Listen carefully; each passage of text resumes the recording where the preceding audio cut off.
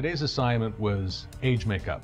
And age makeup is one of the most intricate forms of makeup because there's so many different ways to age a person and so many different ways people age. You know, highlight and shadow is the basis of all makeups. In beauty makeup, we cover people's shadows and bags under their eyes with highlights. But in aging makeup, you're accentuating shadows and highlights that are already there to sort of project into the future. So today the students were putting together the culmination of many different classes of techniques.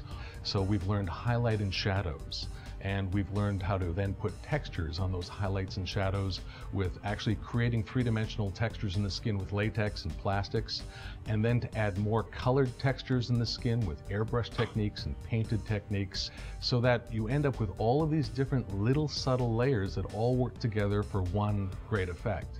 The idea is taking a student who might be 25 and adding a good 25 years to them. So we're sort of doubling their age in many cases and taking their face into a realistic but subtle middle age.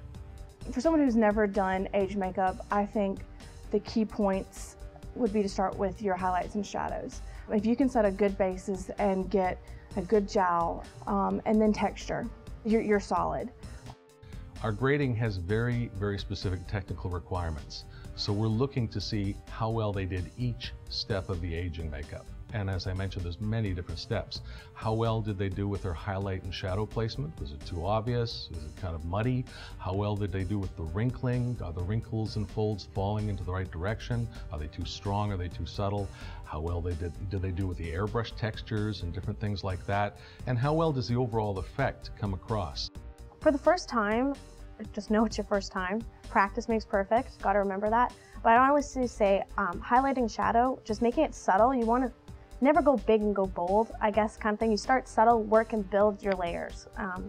You can always kind of add more. It's harder to take it off. And blending is really key. You don't want stock lines.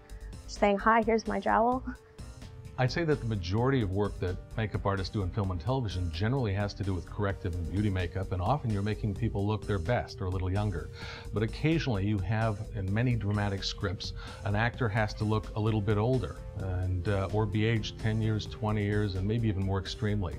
Or maybe there's flashback scenes, and so we have to be able to go a little older and go a little younger.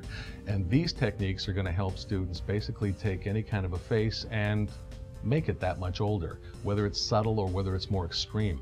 They're taking many different paint techniques and putting those together step by step and building that will then be useful when they start to paint prosthetics, when they start to do mask work and all these sorts of things. The whole program is designed to build on the skills that we learn each day so that the next day you're using what you learned yesterday and you're putting that towards what you're going to be doing tomorrow.